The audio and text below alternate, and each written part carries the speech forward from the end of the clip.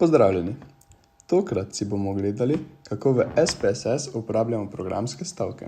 Programski stavki vsebujejo navodila za izvajanje analiz ter drugih operacij in nam omogočajo izvedbo vseh operacij s podatki in vseh statističnih analiz, kot jih lahko izvedemo z meniji, ter dodatne operacije. Uporabljamo jih lahko za ponavljanje enakih operacij oziroma operacij z manjšimi spremembami, saj omogočajo hitrejšo izvedbo kot z meniji. Prav tako jih uporabljamo za arhiviranje, saj si s programskimi stavki lahko shranimo popoln zapis aktivnosti. Programski stavki so vpisani v okno Syntax Editor, do katerega dostopamo tako, da na vrhu kateregakoli programa izberemo Window, Go to Designated Syntax Window. Stavke pišemo, prilepimo, pregledujemo in urejamo kot tekst.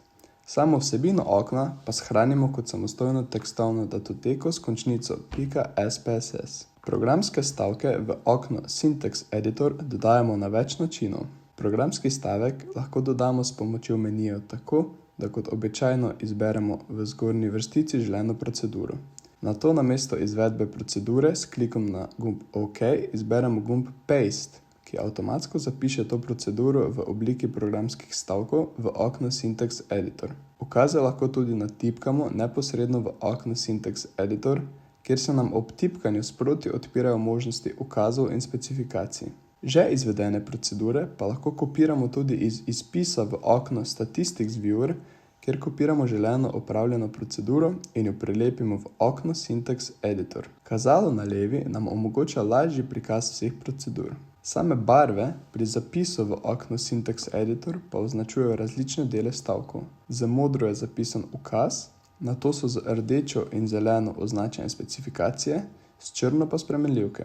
Programske stavke izvedemo s klikom na Run v prvi vrstici okna Syntax Editor. Tu imamo možnost, da izvedemo vse ali le posamezne stavke. Prav tako je mogoče posamezni označen stavek izvesti s klikom na zeleno puščico.